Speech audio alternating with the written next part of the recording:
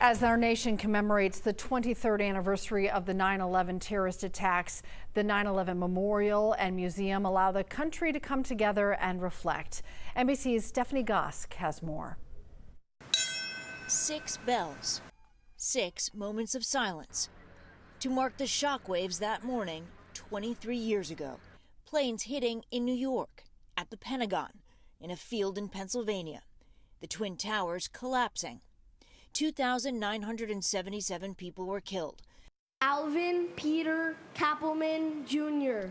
Their names are read aloud here at Ground Zero every year. In attendance today, President Joe Biden, along with Vice President Kamala Harris and former President Donald Trump, just hours after they faced off in Philadelphia. In the middle of a contentious election battle, there may be a lesson from 9/11.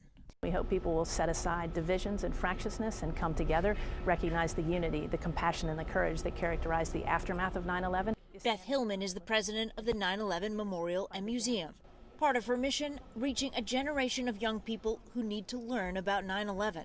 More than 100 million Americans who were born after 2001 or were too young to remember the tragic day. The museum teaches about the day, but it also teaches about the aftermath. How has that changed?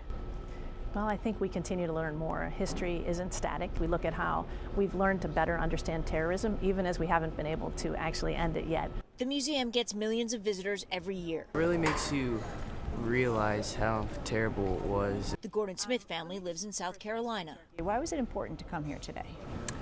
We have 2 kids who didn't live through this, right? And so it's telling a story to them. Caroline Hurry and Peyton Hewlin go to Auburn University. You may not understand what it felt like on the day, but do you think you understand at this point the effect that it had on the country? Yeah, I think the older I get, the more I can see it. Never forget also means making sure a new generation understands.